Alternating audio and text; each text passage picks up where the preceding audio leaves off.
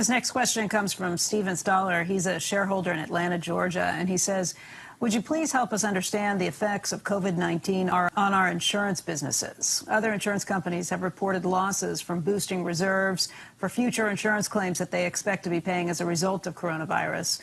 Yet in Berkshire's 10Q released this morning, we do not appear to have reported much of these future expected losses. Can you tell us why this is the case, what kind of risks Berkshire is underwriting that allows us not to be affected by the pandemic, or conversely, what we are writing that might be? Well, the amount of litigation that is going to be generated out of what's already happened, let alone what may happen, is going to be huge. Now, just the cost of defending litigation is a huge, enormous expense, depending on how much there is. Now, in the auto insurance field, which is our #1 field in terms of premium volume by some margin, that's more definable. But who knows what comes out of it in terms of litigation. But in what they call commercial multiple peril, which involves property losses, and where some people elect to buy business interruption coverage, many policies, quite clearly in the contract language, would not have a claim for business interruption under a commercial multiple peril policy where you've elected that. But other policies do. I think I know of one company, I don't know the details, that's written a fair amount where they cover, or certainly there's a good argument perhaps that they cover business interruption that might arise from a pandemic.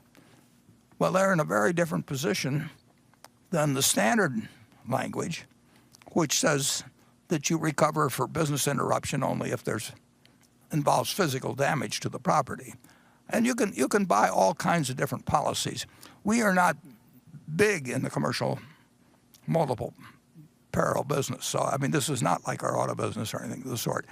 But we will have claims, we'll have litigation costs, but proportionally, it's not the same with us as with some other companies which have been much heavier in writing business interruption as part of a commercial multiple peril. But you don't automatically get coverage if you have business interruption. I mean, for example, I think it would be unusual if, say, General Motors had a strike, which they did, and that they have business interruption that covers the strike. We actually wrote about, probably the only annual report in the United States, we wrote about business interruption insurance because we had it over in France when one of our properties was adjacent to a property that's much smaller property that had a fire, and then it spread to our plant, and it caused a lot of physical damage, and we have business interruption that ties in with that.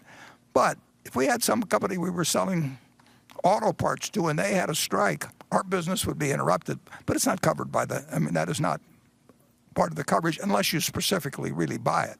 So there's some claims that are going to be very valid related to this, the present situation.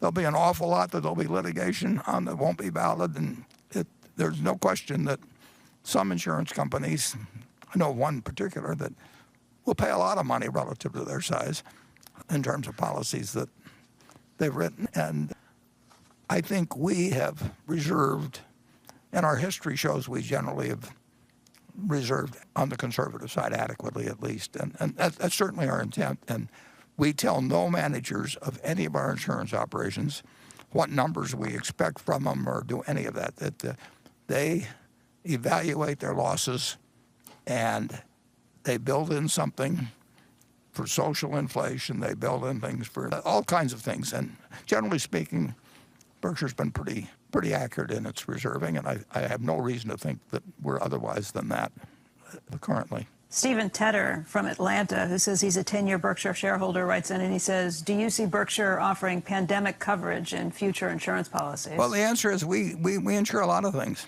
Sure. We had somebody come to us the other day wanting insurance involving a $10 billion protection on something very unusual. We're not going to make that deal in all probability. In fact, I would say it's dead. But we would have written pandemic insurance if people had come to us and offered us what we thought was the right price. We would have been wrong probably in doing it. But we have no reluctance to quote very unusual things and very big limits. We're famous for it. We haven't done that much of it in certain periods because the prices aren't right. But if you want to come and insure almost anything, and we don't want you to insure against fire if you happen to be a known arsonist or something, but if you come to us with any unusual coverages, either in size or in the nature of what's covered, Berkshire is a very good place to stop. And so somebody wants to buy, they can dream up the coverage and they can tell us the price they'll pay, and we'll consider writing it. We wrote a lot of business after 9/11, for example, and there were really only a couple companies in the world that were willing to write the business. And Berkshire and AIG wrote a lot of business, and we thought we knew what we were doing, but we could have been surprised. I mean, there could have been some follow-on incidents from 9/11 that we wouldn't have known about. You don't know for sure the answer. That's why people are buying insurance. But we would be willing to write pandemic coverage at the right price.